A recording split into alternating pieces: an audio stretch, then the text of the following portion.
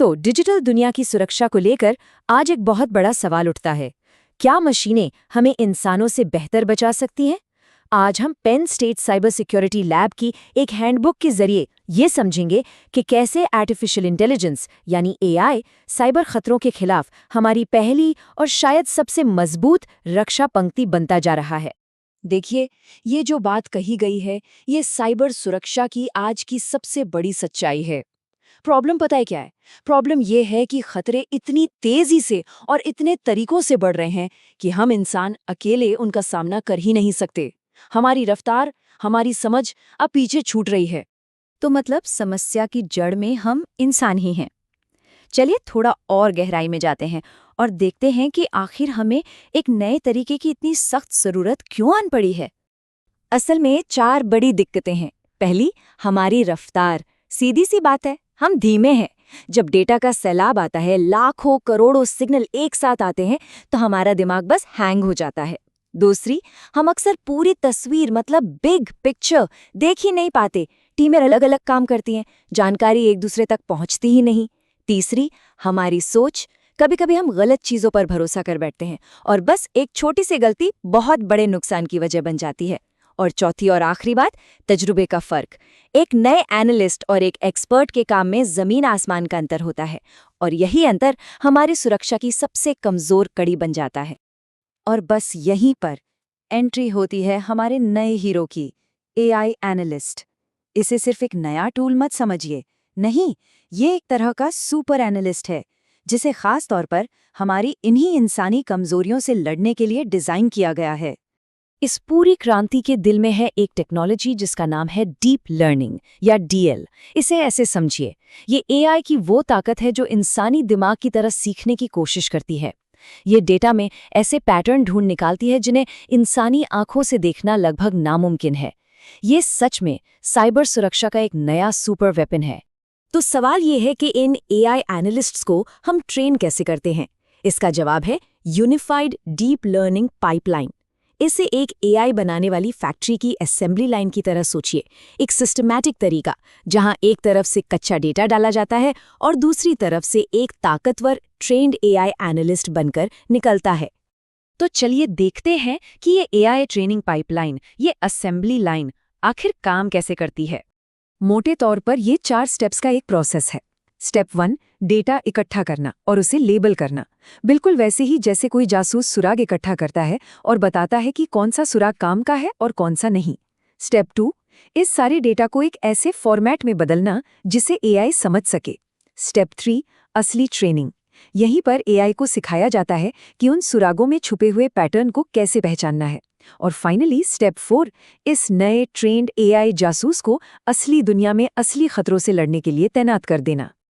अब ये डायग्राम देखने में थोड़ा कॉम्प्लिकेटेड लग सकता है, पर घबराइए मत। ये असल में उन्हीं 4 स्टेप्स को दिखाता है जिन्हें हमने अभी डिस्कस किया। सबसे जरूरी बात यह है कि ये एक लगातार चलने वाला साइकिल है। एआई नए डेटा से लगातार सीखता रहता है और वक्त के साथ बेहतर और ज्यादा समझदार होता जाता है। ये वन टाइम ट्रेनिंग नहीं है, ये एक न खत्म होने वाला सुधार है। ठीक है, तो अब हम ये तो समझ गए कि एआई को ट्रेन कैसे किया जाता है। अब मज़ेदार हिस्सा देखते हैं कि ये एक्शन में क्या क्या कर सकता है, और इसका एक ज़बरदस्त उदाहरण हमारे सामने है। एक बहुत ही मुश्किल काम होता है जिसे कहते हैं रिवर्स इंजीनियरिंग। ज़रा सोचिए, आपको एक मशीन दे दी जाए बिना किसी मैनुअल के, और आपको उसके पुर्जे पुर्जे अलग करके ये समझना है कि वो काम कैसे करती है। अब यही काम जब किसी वायरस या मैलवेयर के साथ करना हो तो ये इंसानों के लिए बेहिसाब मुश्किल और बहुत ज्यादा टाइम लेने वाला काम है। मतलब एआई के लिए ये बिल्कुल परफेक्ट जॉब है।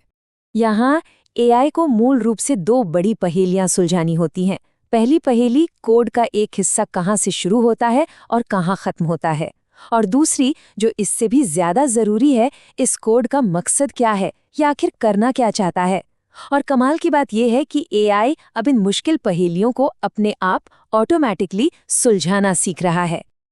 लेकिन इन पहेलियों को सुलझाने से पहले एक बहुत बड़ी चुनौती है। एआई को पहले एक बिल्कुल नई भाषा सीखनी पड़ती है, और वो भाषा है बाइनरी कोड की। ये सिर्फ अक्षर और शब्द सीखना नहीं है, ये तो 0 और 1 के एक समंदर में मतलब निकालने जैसा है।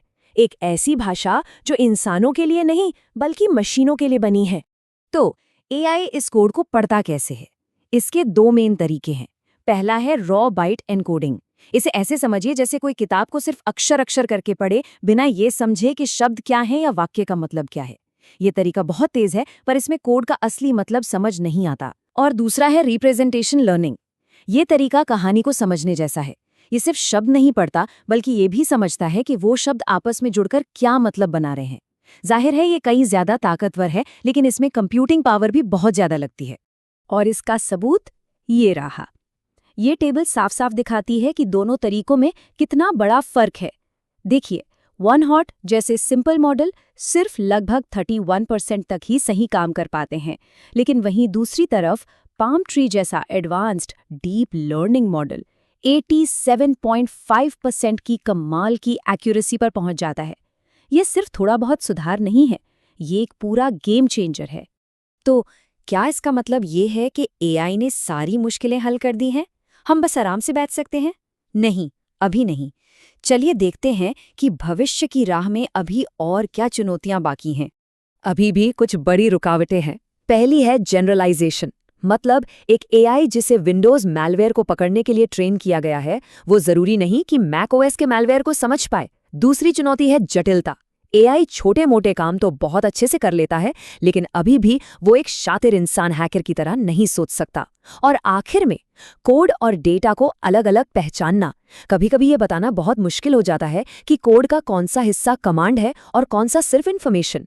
तो हाँ, ये फील्ड बहुत तेजी से आगे बढ़ रही है, लेकिन मंजिल अभी भी दूर है। और ये सारी बातें हमें आखिर में एक बहुत ही गहरे सवाल पर लाकर छोड़ देती हैं।